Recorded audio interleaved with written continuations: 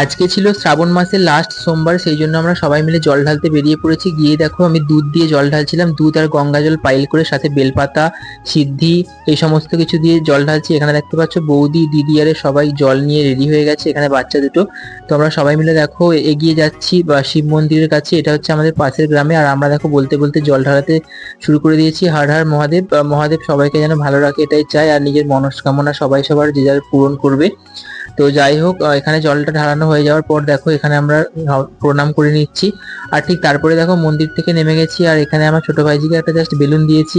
ও খুবই খুশি হয়েছে, বলছে বেলুন ফেটে যাবে, বেলুন ফেটে যাবে বারবার বলছিল। আর মন্দিরের আশপাশটা দেখো কত সুন্দর লাগছে, আর এখানে অনেক জন আজকে পুজো দিতে গিয়েছে।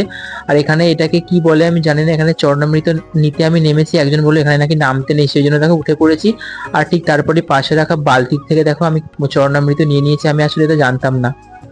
আর লাস্টে দেখতে পাচ্ছ এরা এখানে মানে এত মজা করছে পার্কে এসে, আর এত রোদের মধ্যেও বলছে পার্কে যাবো, সেই জন্য দেখো ওদেরকে পার্কে নিয়ে গেলাম। আর এত রোদ, সেই জন্য সবাই মিলে বাড়ি